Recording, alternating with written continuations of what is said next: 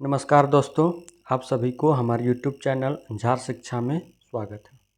तो चलिए हम लोग आज से एक नया चैप्टर और एक नया अध्याय स्टार्ट करते हैं।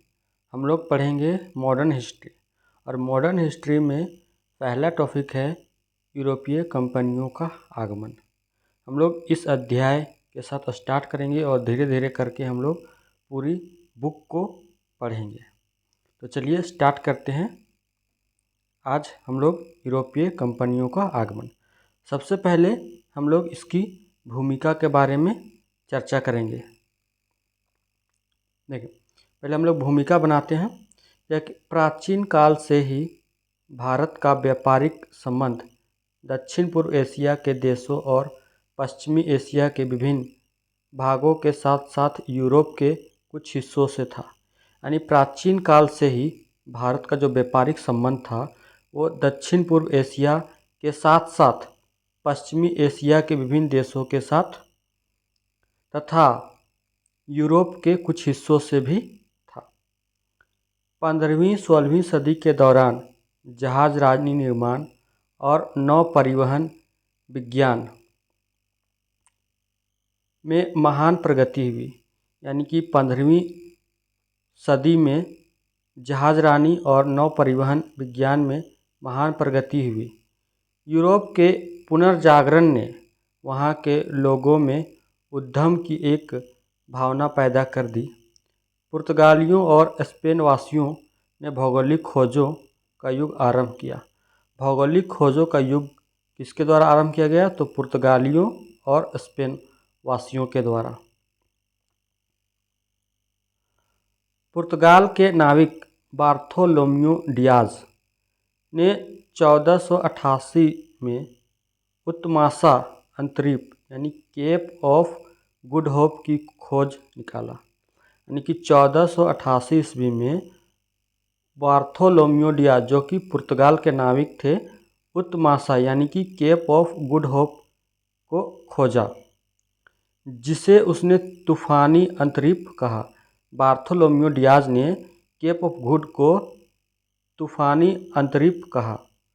1492 ईस्वी में स्पेन के निवासी कोलंबस ने भारत पहुंचने का मार्ग खोजते हुए अमेरिका की खोज की। यानी कि कोलंबस निकला था तो भारत की खोज में, लेकिन वो पहुंच गया अमेरिका और उसने अमेरिका की खोज कर दी। कब? तो 1492 ईस्वी में। 1498 ईस्वी में पुर्तगाली व्यापारी वास्को डिगामा कहाँ का निवासी था? तो पुर्तगाल का था। वास्को डिगामा ने उत्तमासा अंतरीप का चक्कर काटकर भारत तक पहुंचने में सफलता पाई। ये उत्तमासा अंतरीप होते हुए भारत पहुंचने में इन्होंने सफलता पाई। इन समस्त खोजों का एकमात्र उद्देश्य व्यापारिक मार्गों की जानकारी प्राप्त करना एवं आर्थिक लाभ कमाना था। ये जो इतना तामझाम हो रहा था, इसका एकमात्र उद्देश्य था कि व्यापारिक मार्गों की जानकारी प्राप्त हो सके और आर्थिक लाभ कमाया जा सके। अब देखते हैं समुद्री यात्री और वो कौन कौन से देश से संबंधित थे। तो वास्को डिगामा जो थे वो आपके पुर्तगाल से थे। क्रिस्टोफर कोलंबस जी थे, ये आपका स्पेन के थे। कैप्टन कुक आपके ग्रेट ब्रिटेन के थे और एबेल तस्मान ये हॉलैंड के थे। अब देखते हैं यूरोपियों का आगमन का क्रम, यानी यूरोपवासी जो थे वो कैसे कैसे आए। तो सबसे पहले पुर्तगाली आए, उसके बाद डच आए, उसके बाद अंग्रेज आए, फिर उसके बाद डेनिश आए और लास्ट में फ्रांसीस है। इसको याद रखिएगा, पहले पुर्तगाली, फिर डच, फिर अंग्रेज, फिर डेनिश और फिर फ्रांसीसी आए। अब देखते हैं पुर्तगालियों का आगमन। अब पुर्तगालियों के बारे में हम लोग पढ़ते हैं। देखो, पुर्तगालियों का आगमन।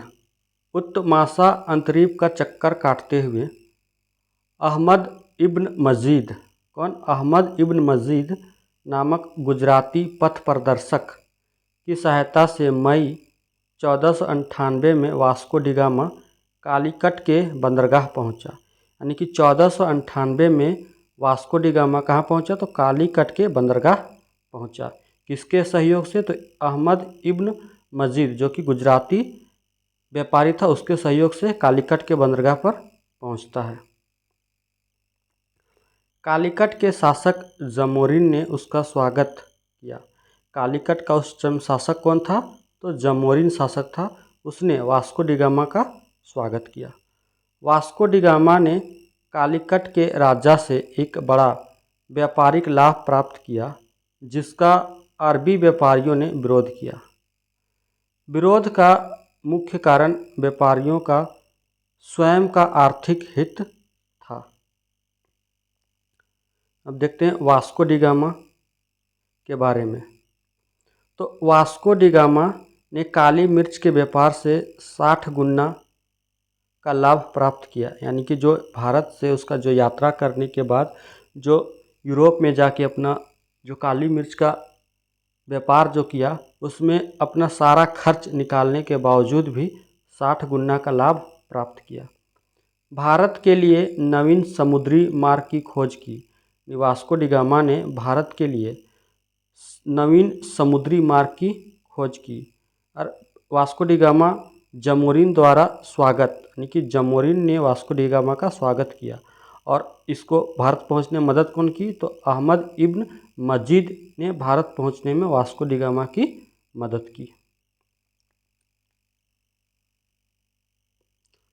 वास्को डी गामा जिन भारतीय मसालों को लेकर अपने देश पुर्तगाल लौटा, वह पूरी यात्रा व्यय के 60 गुना से अधिक कीमत पर बिका। यानी कि जितना भी वो मसाला यहाँ से ले गया भारत से, उसको यूरोप में अपना व्यापार खर्च निकालने के बावजूद 60 गुना से अधिक बेचा।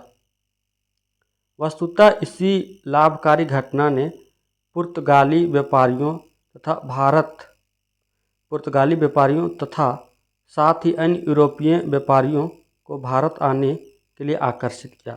ये जो देखा पुर्तगालियों ने और यूरोपियों ने कि वास्को डी गामा को अपना सारा खर्च निकालने के बावजूद भी 60 गुना का लाभ प्राप्त हुआ, तो इसको देख के ही अन्य यूरोपीय जो थे वो भारत आने के लिए आकर्षित हुए। 1500 ईस्वी में पेड्रो अल्वारेज कैब्रॉल के नेतृत्व में द्वितीय पुर्तगाली अभियान भारत आया। तो दूसरा जो बेड़ा था पुर्तगालियों का, वो पेड्रो अल्वारेज कैब्रॉल के नेतृत्व में भारत आया। 1502 ईस्वी में वास्को डी गामा पुनः भारत आया। 1502 ईस्वी में वास्को डी गामा फिर से भारत आता है। 1505 ईस्वी में केरल पर्यटन की वेबसाइट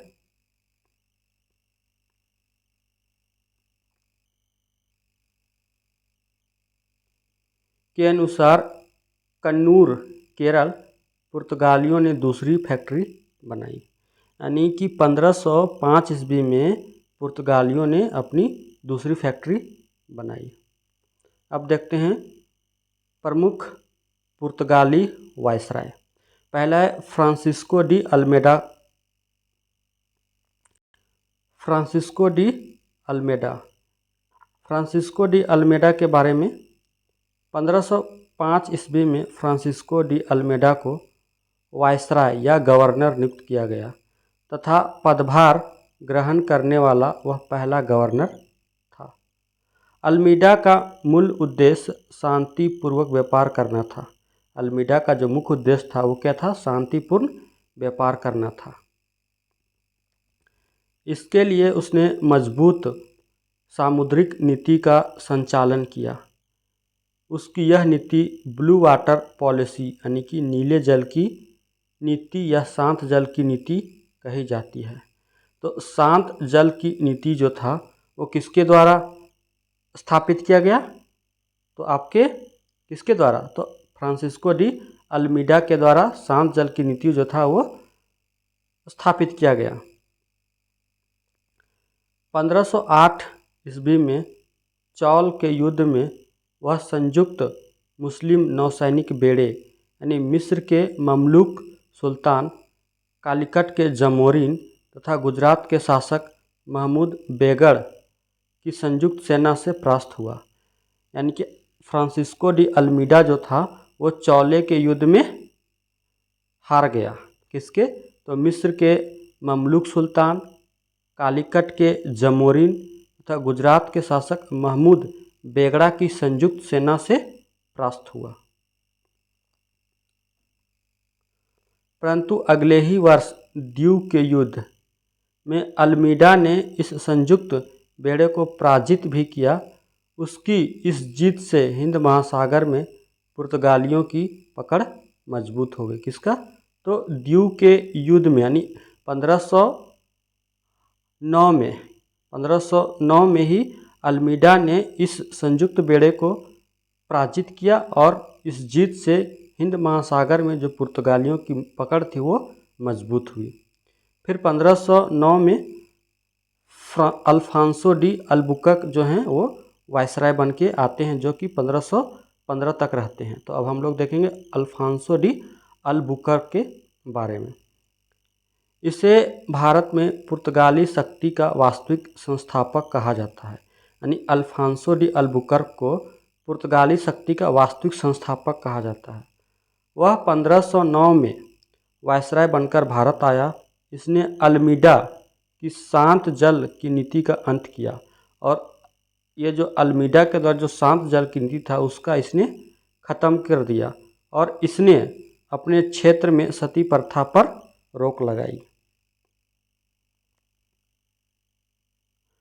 उल्लेखनीय है कि अल्फांसो डी अल्बुकर्क ने पुर्तगालियों के भारत में प्रथम दुर्ग, यानी भारत में प्रथम यूरोपीय दुर्ग भी निर्माण 1503 में कोच्चिन में कराया।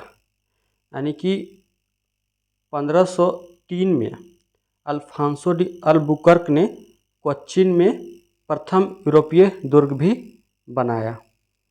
1510 ईस्वी में इसने बीजापुर के शासक यूसुफ आदिल शाह से गोवा छीन लिया। यानी कि 1510 में यूसुफ आदिल शाह से गोवा को छीना। किसने? तो अल्फांसो डी अल्बुकर्क ने। यहाँ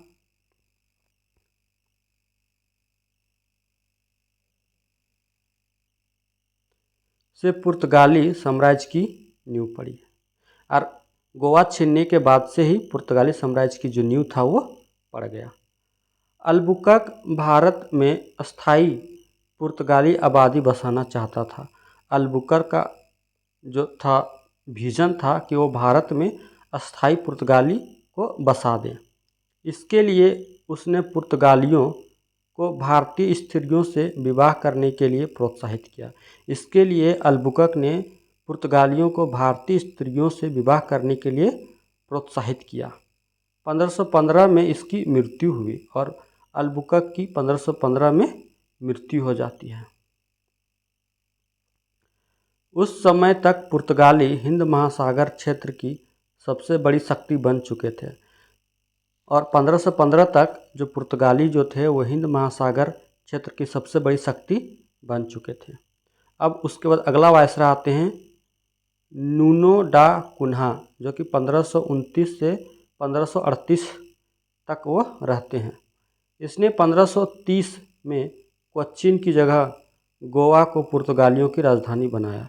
यानी कोच्चिन के बाद गोवा राजधानी किसके समय में आया? तो नूनो डा कुन्हा के समय में 1530 में गोवा पुर्तगालियों की राजधानी बना। इसने मद्रास के सेंट टोमे यानी संथोमे तक तथा हुगली में पुर्तगाली बस्तियां बसाई। इसने भारत के पूर्वी समुद्री तट की ओर पुर्तगाली वाणिज्य का विस्तार किया, यानी कि विस्तार करवाया। गुजरात के शासक बहादुर शाह की हत्या कर 1534 में बसीन तथा 1535 में दीव पर अधिकार कर लिया। यानी कि नूनो ने 1534 में बसीन और 1535 में दीव पर अधिकार कर लिया। धीरे धीरे पुर्तगालियों ने हिंद महासागर में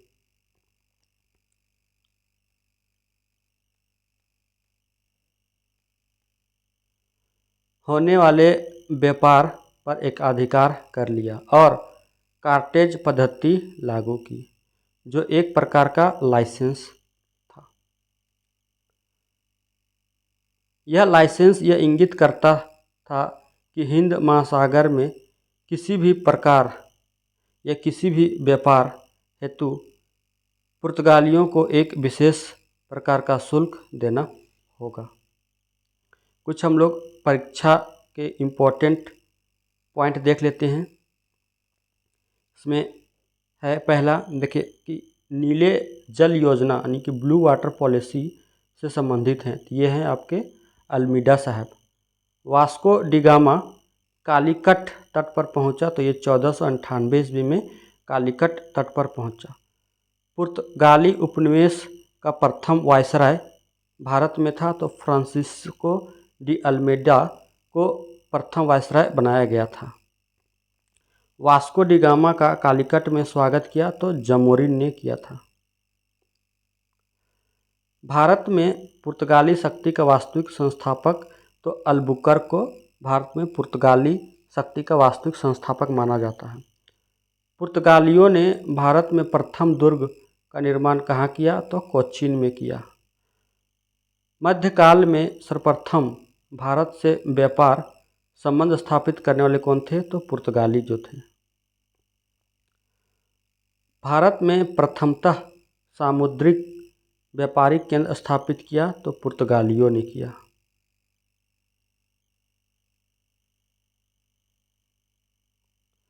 द्वितीय पुर्तगाली अभियान का नेतृत्व करता कौन था, तो पेड्रो अल्वारेज कैब्रॉल 1500 ईस्वी में।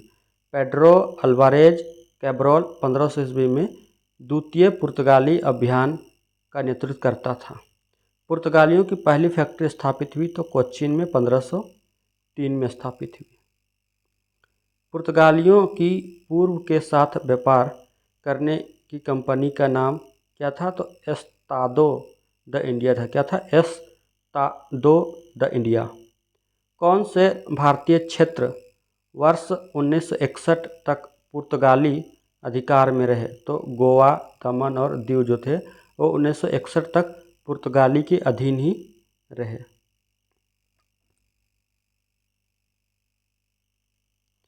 पुर्तगालियों ने सर्वप्रथम अपना उपनिवेश कहाँ स्थापित किया, तो ये पौंडीचेरी में स्थापित किया।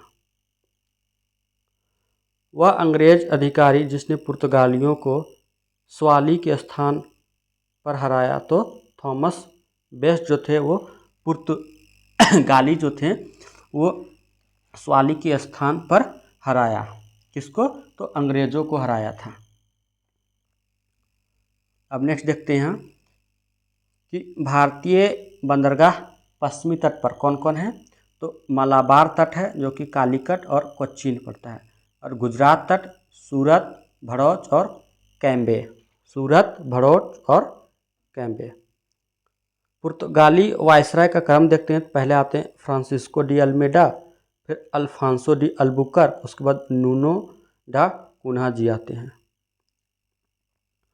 पुर्तगालियों ने फारस की खाड़ी, हॉर्मुज संधि और हिंद महासागर में अपनी चौकियां स्थापित की। पुर्तगालियों ने फारस की खाड़ी, हॉर्मुज संधि और हिंद महासागर में अपनी चौकियां स्थापित की। भारत का जापान के साथ व्यापारिक संबंधों का श्रेय पुर्तगालियों को जाता है। भारत का जापान के साथ व्यापारिक संबंधों का जो श्रेय है वो पुर्तगालियों को ही जाता है। पुर्तगालियों के आगमन से भारत में तंबाकू, क्या, पुर्तगालियों के आगमन से भारत में तंबाकू, आलू टमाटर की खेती, जहाज निर्माण तथा प्रिंटिंग प्रेस 1556 में स्थापित की शुरुआत हुई। स्थापत्य कला में गोथिक कला, कौन सा, स्थापत्य कला में गोथिक कला का विकास भी पुर्तगालियों की देन है। अब देखते हैं पुर्तगाली साम्राज्य पतन के कारण, पुर्तगाली साम्राज्य उसके पतन के क्या क्या कारण थे। तो पहला था कि कट्टर धार्मिक नीति थी, तो पुर्तगाली जो थे वो कट्टर धार्मिक नीति के थे। दूसरा है कि भारतीय व्यापारियों के साथ बर्बरता भरा रवैया, यानी भारतीय व्यापारियों के साथ बहुत खराब व्यवहार करते थे। स्पेन का 1580 ईस्वी में पुर्तगाल पर अधिकार और 1580 ईस्वी में स्पेन के द्वारा पुर्तगाल पर अधिकार कर लिया जाता है। फिर अंग्रेजों एवं डच सेनाओं की बढ़ती संख्या, मराठों तथा मुगलों का शक्तिशाली साम्राज्य। 1661 में पुर्तगाली राजकुमारी कैथरीन का विवाह ब्रिटिश राजकुमार चार्ल्स द्वितीय से हो गया। कितना? 1661 में पुर्तगाली राजकुमारी कैथरीन का जो विवाह है वो ब्रिटिश के राजकुमार चार्ल्स द्वितीय से हो गया, जिससे बम्बई क्षेत्र ब्रिटिशों को दहेज के तौर पर दे दिया गया तथा बाद में ब्रिटिश शासन द्वारा संपूर्ण बम्बई को 10 पाउंड वार्षिक किराए पर ईस्ट इंडिया कंपनी को दे दिया गया।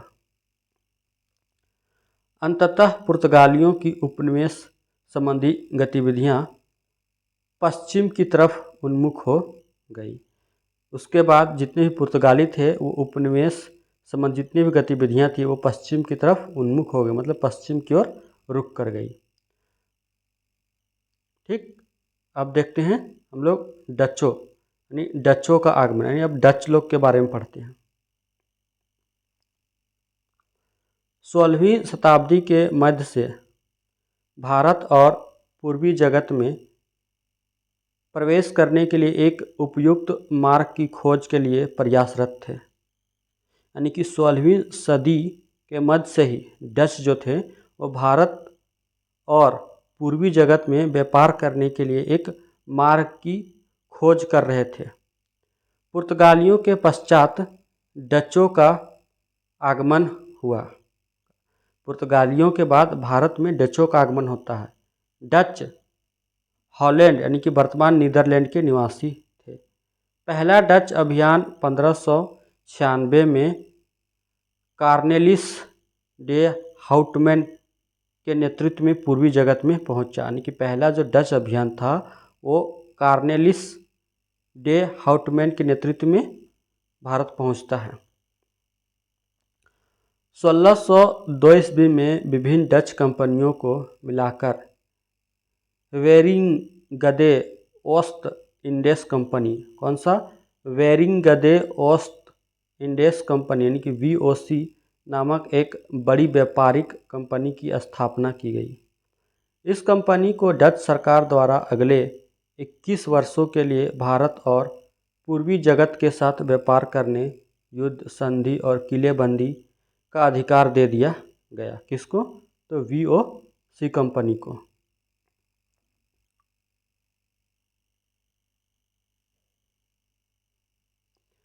प्रारंभ में डचों की गतिविधियां मसालों के व्यापार तक सीमित थी। शुरू में जब डच आए थे तो वे मसालों का ही व्यापार करते थे, जिसका मुख्य केंद्र इंडोनेशिया था। जिसका मुख्य केंद्र कहाँ था? तो इंडोनेशिया था। जब भारत के साथ इनका संपर्क हुआ तब इन्होंने भारत से व्यापार में सूती वस्त्रों के व्यापार को भी शामिल किया, जिससे इन्हें अत्यधिक लाभ हुआ। जब भारत से इन लोग व्यापार किए तो इन लोग ने सूती वस्त्रों का व्यापार किया, जिससे इन लोग को, किसको? डचों को बहुत ज़्यादा लाभ हुआ।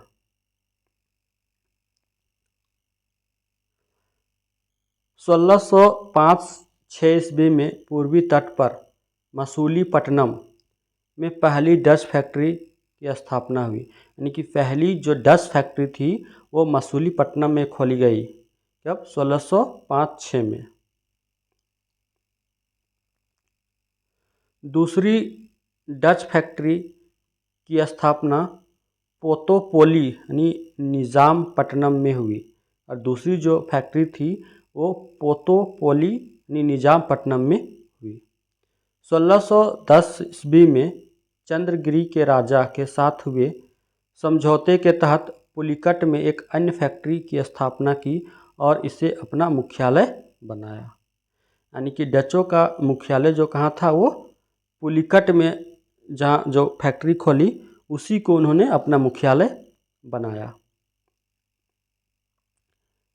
यहाँ पर डच्चों ने अपने सिक्के भी डाले और पुलिकट में डच्चों ने अपने सिक्के भी ढालने शुरू किए। 1653 ईस्वी में डच्चों ने हुगली के निकट चिंसूरा में अपनी फैक्ट्री स्थापित की और 1653 में हुगली के निकट चिंसूरा जगह पे डच्चों ने अपनी फैक्ट्री स्थापित की। देखते हैं डच्चों लोग की फैक्ट्रियाँ वो कहाँ कहाँ थी। देखिए पहला है मसूलीपट्टनम में 1605-6 में मसूलीपट्टनम में, फिर 1610 में निज़ामपट्टनम में, सूरत में 1616 ईस्वी में, फिर आगरा में 1621 ईस्वी में, फिर कासिम बाज़ार यानी बांग्लादेश में, फिर पटना 1638 में पटना में, और कोच्चिन में 1663 ईस्वी में। डचों की अधिकांश व्यापारिक गतिविधियां पूर्वी एशिया मुख्यतः इंडोनेशिया से जुड़ी थी और डच लोग की जो अधिकांश गतिविधियां थी वो इंडोनेशिया से जुड़ी थी, इसलिए इनकी ज़्यादातर फैक्ट्रियां पूर्वी तट पर बनी। अब देखते हैं परीक्षा से संबंधित कुछ इम्पोर्टेंट फैक्ट। पहला इसमें है कि ब्रिटिश कंपनी में से भारत में स्थल मार्ग से व्यापार करने का पहला अधिकार पत्र 1593 में प्राप्त हुआ था। किसको? लिवेंट कंपनी को। कब? 1593 ईस्वी में भारत में स्थल मार्ग से व्यापार करने का पहला अधिकार लिवेंट कंपनी को प्राप्त हुआ।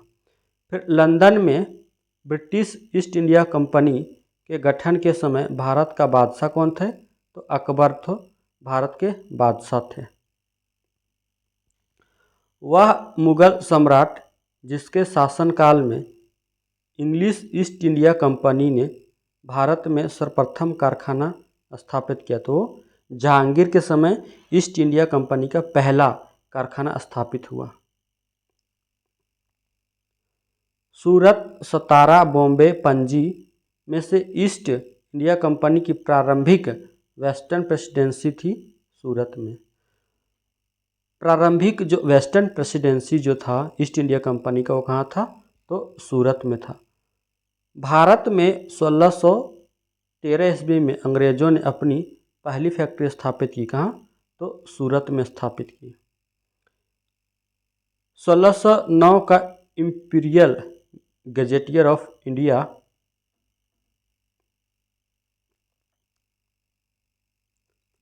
डचों द्वारा भारत से निर्यात की जाने वाली मुख्य वस्तुओं में उत्तर व मध्य भारत से नील व कच्चा रेशम, बिहार व बंगाल से सोरा व नमक शामिल था। यानी कि जो डच लोग थे वो उत्तर व मध्य भारत से नील व कच्चे रेशम का व्यापार करते थे। बंगाल और बिहार से सोरा और नमक का व्यापार करते थे। भारतीय वस्त्र को निर्यात की वस्तु बनाने का श्रेय डचों को जाता है और भारतीय वस्त्र को निर्यात का जो वस्तु है वो बनाने का श्रेय किन लोग को जाता है? तो डचों को ही जाता है। उल्लेखनीय है कि डचों ने भारत में पुर्तगालियों को समुद्री व्यापार से तो निष्कासित कर दिया, परंतु अंग्रेज़ों की नौसैनिक शक्ति के आगे टिक नहीं सके। डचों ने पुर्तगालियों को तो समुद्री व्यापार से हटा दिया, परंतु अंग्रेज़ों के साथ नौसैनिक के आगे टिक नहीं सके। 1759 ईस्वी में अंग्रेज़ों एवं डचों के मध्य बेदरा का युद्ध, जिसे चिंसूरा या हुगली का युद्ध भी कहा जाता है, हुआ। इस युद्ध में डचों की पराजय हुई। यानी कि 1759 ईस्वी में अंग्रेज़ों और डचों के मध्य जो युद्ध हुआ, जिसे बेदरा या चिंसूरा या हुगली का युद्ध कहा जाता है, इसमें डचों की पराजय होती है। बेदरा के युद्ध के पश्चात डचों की सैन्य शक्ति का भारत में अंततः पतन हो गया।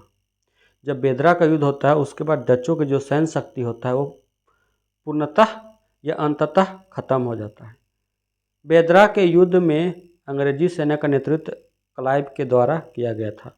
बेदरा के युद्ध में अंग्रेजी सेना का मतलब अंग्रेजों का नेतृत्व जो था वो लॉर्ड क्लाइव के द्वारा किया गया था।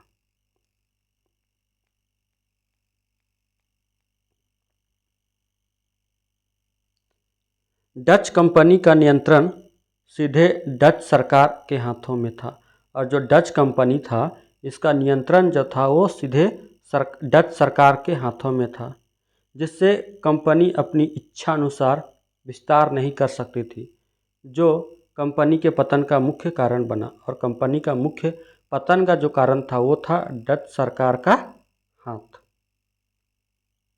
अब देखते हैं अंग्रेजों का आगमन। सितंबर 1599 में लंदन में कुछ व्यापारियों ने पूर्वी देशों के साथ व्यापार करने के लिए governor and company of Merchants of London trading with the East Indies नामक कंपनी का प्रस्ताव ब्रिटिश क्राउन को भेजा। यानी कि सितंबर 1599 में जो लंदन के कुछ व्यापारी जो थे उन्होंने पूर्वी देशों के साथ व्यापार करने के लिए governor and company of Merchants of London trading with the East Indies नामक कंपनी का प्रस्ताव ब्रिटिश क्राउन को भेजा।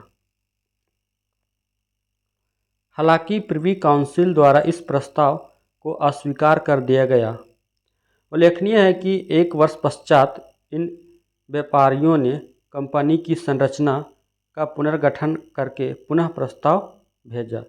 इस बार ब्रिटिश क्राउन की अनुमति प्राप्त हो गई। इस प्रकार ईस्ट इंडिया कंपनी की स्थापना का प्रयास 1599 ईस्वी से प्रारंभ हो गया, परंतु मूर्त रूप इसे दिसंबर 1600 ईस्वी में प्रदान किया गया। यानी कि ईस्ट इंडिया कंपनी की स्थापना का जो निर्माण कार्य था वो 1599 में शुरू हुआ था, लेकिन इसको मूर्त यानी कि एक कंपनी के रूप में स्थापना होने में दिसंबर 1600 ईस्वी में सफलता हासिल हुई।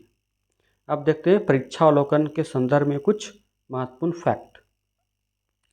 कंपनी की पहली फैक्ट्री कहाँ खोली गई, मतलब अंग्रेजों की जो पहली फैक्ट्री थी वो सूरत में खोली गई। कब? तो 1608 ईस्वी में। कैप्टन हॉकिंस व सर टॉमस रो ने किस मुगल शासक से व्यापारिक फरमान प्राप्त किए? तो मुगल शासक जहांगीर से इन्होंने व्यापारिक जो फरमान थे वो प्राप्त किए। कलकत्ता शहर की नींव रखी गई। तो कलकत्ता शहर की जो नींव थी वो जॉब चार्नोक के द्वारा रखी गई थी। 1700 ईस्वी में पहला प्रेसिडेंसी नगर घोषित किया गया। तो किसको? तो कलकत्ता को पहला प्रेसिडेंसी नगर घोषित किया गया। किस मुगल शासक ने अंग्रेजों से जजिया कर की वसूली की? तो औरंगजेब के द्वारा अंग्रेजों से जजिया कर वसूला गया। फोर्ट विलियम का पहला प्रेसिडेंट किसे नियुक्त किया गया? तो सर चार्ल्स आयर को फोर्ट विलियम का पहला प्रेसिडेंट नियुक्त किया गया। सर विलियम्स नॉरिस के नेतृत्व में नॉरिस मिशन किस वर्ष भारत आया? तो 1698 ईस्वी में सर विलियम नॉरिस के नेतृत्व में नॉरिस मिशन भारत आया।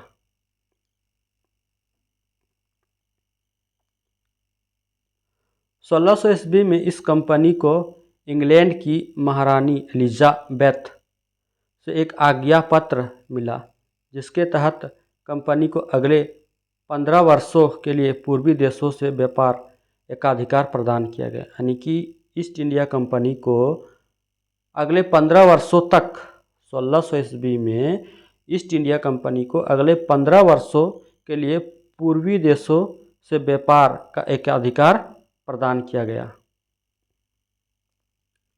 विदित हो कि यह अधिकार 1688 ईस्वी में हुई इंग्लैंड की क्रांति यानी कि श्वेत क्रांति तक बनी रही। इस क्रांति के फलस्वरूप संसद की सर्वोच्चता स्थापित हुई और 1694 ईस्वी में ब्रिटिश संसद के एक प्रस्ताव द्वारा सभी नागरिकों को पूर्व के साथ व्यापार करने की छूट दी गई। यानी इंग्लैंड में श्वेत क्रांति कब घटित हुई थी? तो 1688 ईस्वी में श्वेत क्रांति घटित हुई और उसमें संसद की सर्वोच्चता स्थापित हुई। फिर 1694 ईस्वी में ब्रिटिश संसद एक प्रस्ताव द्वारा सभी नागरिकों को पूर्व के साथ व्यापार करने की छूट दी गई। अब देखते हैं ईस्ट इंडिया कंपनी का उदय एवं विस्तार, मतलब उसका उदय और विस्तार। ईस्ट इंडिया कंपनी अंग्रेजी क्राउन के अनुमति के पश्चात द्रुत गति से विस्तारित होने लगी। द्रुत गति यानी बहुत ही तेज गति से फैलने लगी। इसके संदर्भ में कुछ महत्वपूर्ण बिंदुओं को देखना अति आवश्यक है। जैसे देखते हैं महत्वपूर्ण बिंदु।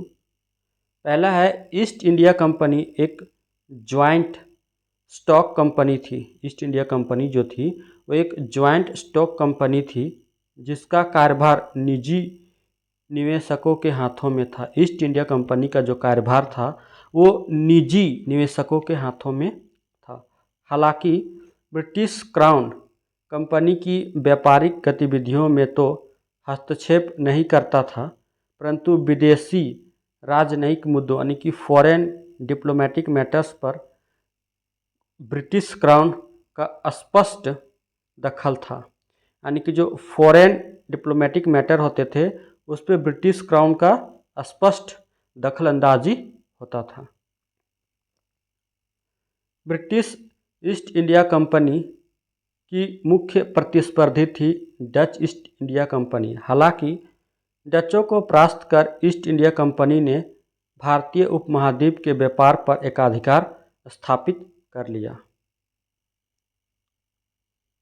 ब्रूस ब्रंटन द्वारा लिखे गए एक लेख, यानी कि ब्रूस ब्रंटन द्वारा एक लेख लिखा गया जिसमें the East India Company agent of empire in the early modern capitalist era में इंगित किया गया।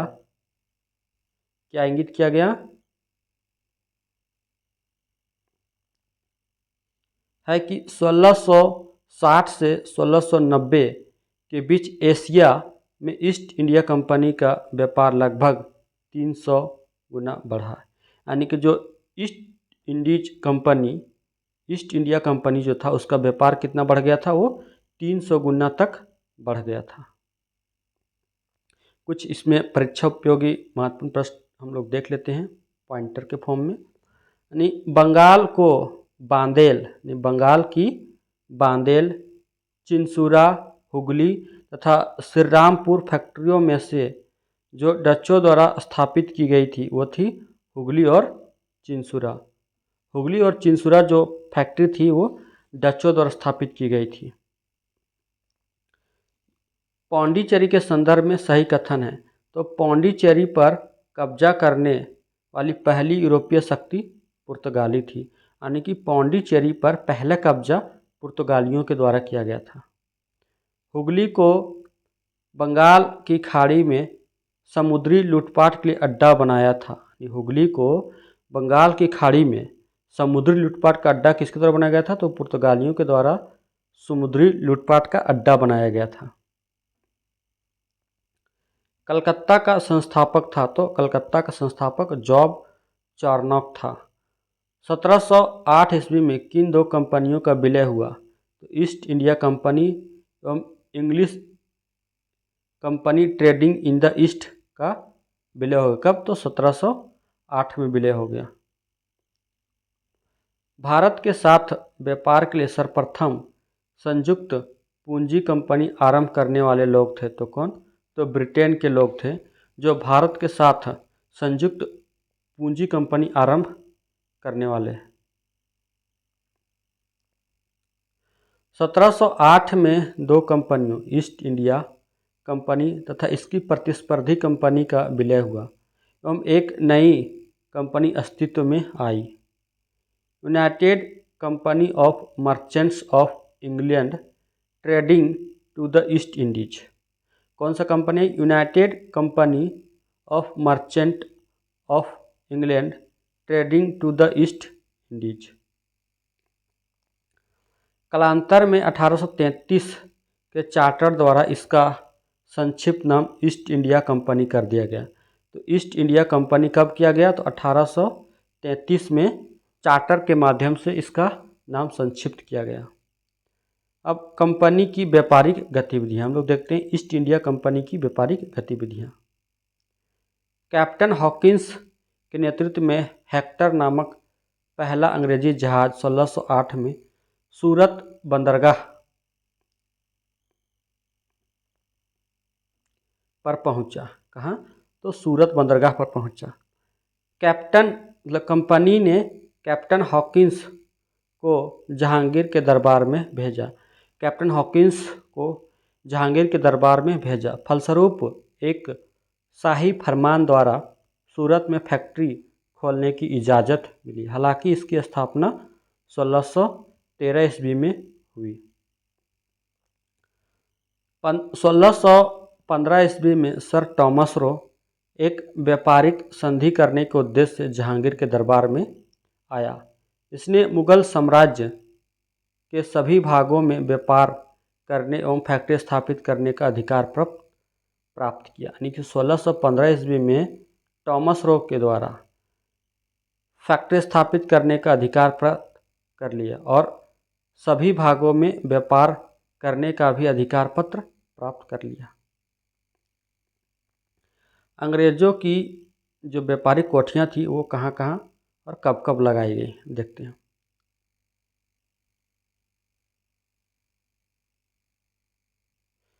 पहला जो 1608 में था वो अस्थायी थी और सूरत में स्थापना 1613 में एक अस्थायी फैक्ट्री बनाई गई। फिर 1611 ईस्वी में मसूलीपट्टनम में, यानी कि पूर्वी भारत में, और पश्चिमी भारत में आपका सूरत में 1613 में, और पूर्वी भारत में आपका मसूलीपट्टनम में 1611 में। उसके बाद 1623 में भड़ौच अहमदाबाद आगरा में। फिर 1633 में हरिहरपुर उड़ीसा बालासोर में। कब? 1633 में हरिहरपुर उड़ीसा बालासोर में। फिर 1639 में मद्रास में, और 1651 में हुगली कासिमपुर में। कहाँ? तो हुगली कासिमपुर में। कब? तो 1651 ईस्वी में। फ्रांसिस डे ने 1639 ईस्वी में चंद्रगिरी के राजा से मद्रास पट्टे पर लिया, जहां बाद में एक किलेबंद कोठी बनाई गई। इसी कोठी को फोर्ट सेंट जॉर्ज नाम दिया गया। यानी कि जो 1639 ईस्वी में फ्रांसिस डे ने चंद्रगिरी के राजा से मद्रास पट्टे पर जो लिया था, वहीं पर फोर्ट सेंट जॉर्ज नामक एक किलाबंद बनाया गया। 1668 ईस्वी में कंपनी ने ब्रिटिश सरकार से बम्बई प्राप्त किया तथा कालांतर में पश्चिमी तट की महत्ता को देखते हुए बम्बई को कंपनी का मुख्यालय बनाया। यानी कि ईस्ट इंडिया कंपनी ने 1668 ईस्वी में बम्बई को अपना मुख्यालय बनाया। 1686 ईस्वी में कंपनी का संघर्ष मुगलों से हुआ, परंतु अंग्रेज़ों द्वारा माफ़ी मांगने पर औरंगजेब ने उन्हें 1.5 लाख रुपये मुआवजा के बदले खो चुके व्यापारिक अधिकार मिले। कालांतर में मुगल शासकों की कमज़ोर अवस्था का लाभ उठाकर तथा क्षेत्रीय भारतीय राज्यों को आपसी संघर्षों में उलझाकर कंपनी ने अपने लिए एक नए साम्राज्य की नींव रखी। अब देखते हैं फिर परीक्षा अवलोकन से महत्वपूर्ण कुछ पॉइंट्स। फ्रांसीसियों की पहली कोठी कहाँ स्थापित हुई? तो 1668 में। कहाँ? तो सूरत में। पौंडीचेरी की स्थापना का श्रेय किसे दिया जाता है? तो फ्रांसीसियों को दिया जाता है। कर्नाटक का युद्ध किस किस के बीच हुआ? तो अंग्रेज और फ्रांसीसियों के बीच हुआ। किसका? तो कर्नाटक का युद्ध। फोर्ट ऑरलियंस कहाँ स्थित है? तो फोर्ट ऑरलियंस आपका चंद्रनगर कलकत्ता में स्थित है। किस फ्रांसीसी गवर्नर के नेतृत्व में फ्रांसीसी औपनिवेशिक गतिविधियों की शुरुआत हुई? तो डुप्ले के नेतृत्व में फ्रांसीसी औपनिवेशिक गतिविधियों की शुरुआत हुई। 17वीं शताब्दी के पहले चतुर्थांश यानी कि 1625 ईस्वी तक ईस्ट इंडिया कंपनी ने अपने कारखाने स्थापित कर लिए थे। तो कहाँ कहाँ? तो सूरत में, भड़ौच में, बुरहानपुर में, अहमदाबाद में और आगरा में। कब? तो 1625 ईस्वी तक। वह अंग्रेज अधिकारी जिसने पुर्तगालियों को स्वाली के स्थान पर हराया? तो थॉमस बेस्ट ने पुर्तगालियों को स्वाली के स्थान पर हराया था। यूरोपीय व्यापारिक कंपनियों में से सूरत में सर्वप्रथम अपना कारखाना स्थापित किया। तो किसके द्वारा? तो अंग्रेजों के द्वारा सूरत में पहला कारखाना स्थापित किया गया। उसके बाद आप देखते हैं डेनिश व्यापारी। अन्य यूरोपीय शक्तियों की तरह डेनिश भी 1616 ईस्वी में भारत आए। ये डेनमार्क के निवासी थे।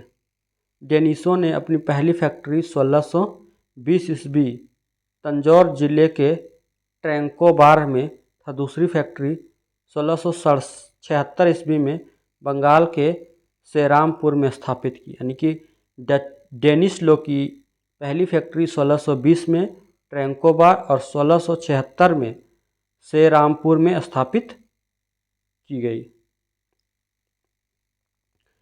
डेनिश भारत में अपनी स्थिति मजबूत करने में सफल नहीं हुए और 1845 तक आते आते अपनी फैक्ट्रियां अंग्रेज़ों को बेचकर चले गए। मतलब डेनिश लोग जो थे वो भारत में अपने आप को सफल नहीं कर पाए और 1845 तक आते आते सही फैक्ट्री अंग्रेज़ों को बेचकर वो भारत से चलते बने। उसके बाद फ्रांसीसियों का आगमन। फ्रांसीसी सबसे अंतिम यूरोपीय शक्तियों में थे जो भारत में आए। 1664 ईस्वी में फ्रांसीसी सम्राट लुई 14वें के मंत्री कोलबर्ट के प्रयास से, किसके? लुई 14वें के मंत्री कौन थे? तो कोलबर्ट के प्रयास से फ्रांसीसी व्यापारिक कंपनी फ्रांसेस देस इंडेस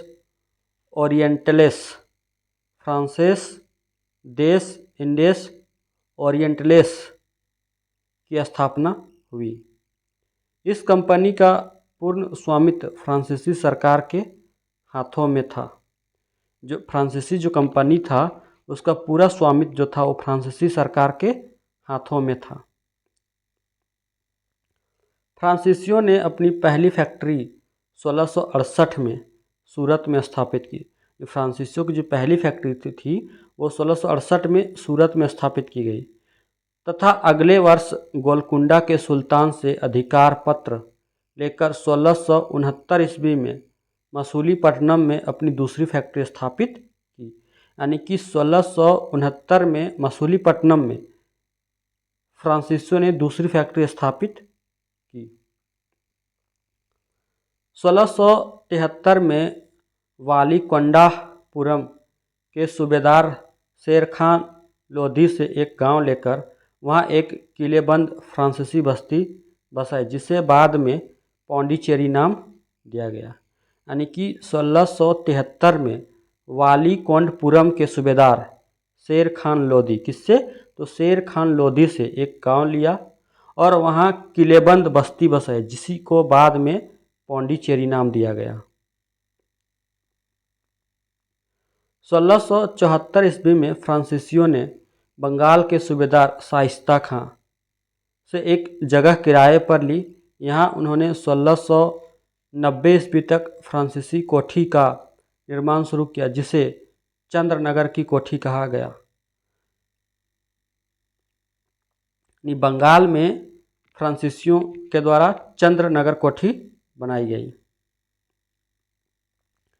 व्यापारिक गतिविधियों से लाभ कमाने के साथ साथ फ्रांसीसियों की महत्वाकांक्षाएं बढ़ती जा रही थी। इसी दौरान फ्रांसीसी गवर्नर डुप्ले ने भारतीय राजाओं की आंतरिक नीतियों में हस्तक्षेप करके आगामी संघर्ष की शुरुआत की, जिसके 3 धड़े बने: फ्रांसीसी, अंग्रेज और भारतीय राज्य। परिणाम स्वरूप फ्रांसीसियों और अंग्रेजों के बीच युद्धों की एक श्रृंखला की शुरुआत हुई, जिसे कर्नाटक युद्ध भी कहा जाता है।